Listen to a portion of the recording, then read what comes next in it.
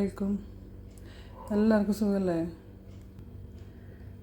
ഞാനിപ്പോൾ ഉണ്ടാക്കാൻ പോകുന്നത് ദോശയാണ്. അപ്പോൾ ആ ദോശക്ക് ഈ ഒരു ഗ്ലാസ്സിന് പച്ചരി എടുത്താൽ, സാധാ നല്ല പച്ചരി ഈ ഒരു ഗ്ലാസ് നിറച്ച് എടുക്കുക.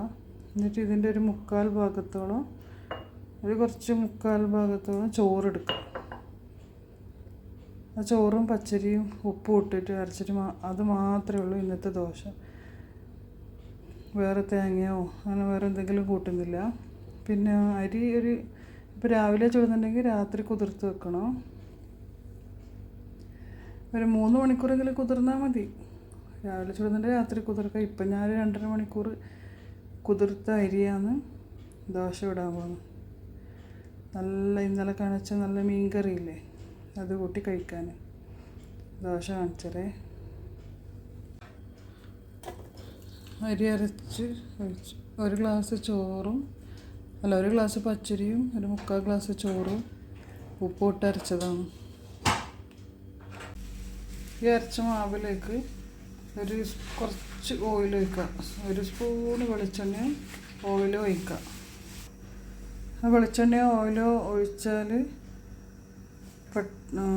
നല്ലോണം ഫ്രൈ പാനിൽ ഇങ്ങനെ ഇളകി കിട്ടും ചെയ്യും. നല്ല ക്രിസ്പി ആവും ചെയ്യും ദോശ. നല്ല ടേസ്റ്റും ഉണ്ടാവും.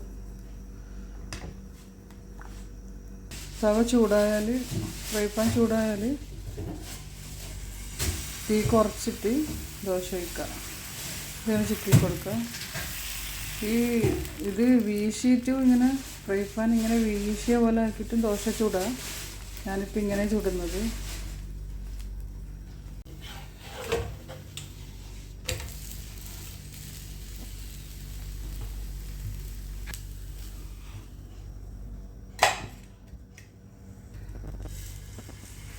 ഇതുണ്ടല്ലോ, തവ നല്ലോണം ചൂടായതുകൊണ്ടാണ് ആദ്യത്തെ ദോശ കുറച്ചങ്ങനെ പൊട്ടിപ്പോയത്. നല്ല ഇതുപോലെ കിട്ടും. നല്ല ക്രിസ്പി ദോശയായിട്ട് പൊട്ടാണ്ട് കിട്ടും. ആദ്യം നല്ലോണം ചൂടായതുകൊണ്ടാണ്. ഇപ്പോൾ തീ കുറച്ച് നല്ലതായി. വീഡിയോ കണ്ട് ഇഷ്ടപ്പെടുന്നവർ ലൈക്ക് ചെയ്യണേ, ഷെയർ ചെയ്യണം, സബ്സ്ക്രൈബ് ചെയ്യണം, കമൻറ്റ് ചെയ്യണം.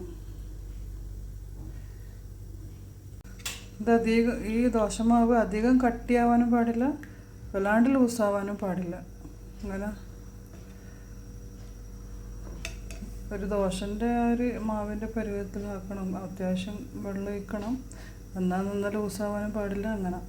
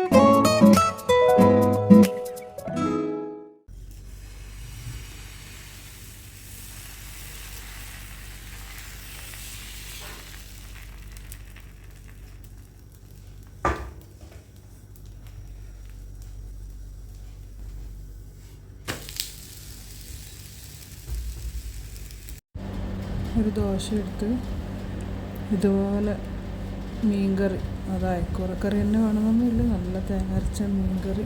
അത് തലേന്നത്തെ കറിയാകുമ്പോൾ അടിപൊളി ടേസ്റ്റ്. എന്തായാലും ഇതുപോലെ ദോശയും തേങ്ങ അരച്ച മീൻകറിയെല്ലാം ഉണ്ടാക്കി കഴിച്ച് നോക്കി അഭിപ്രായം അറിയിക്കണേ, കമൻറ്റ് ചെയ്യണം എന്തായാലും. Okay, thank you.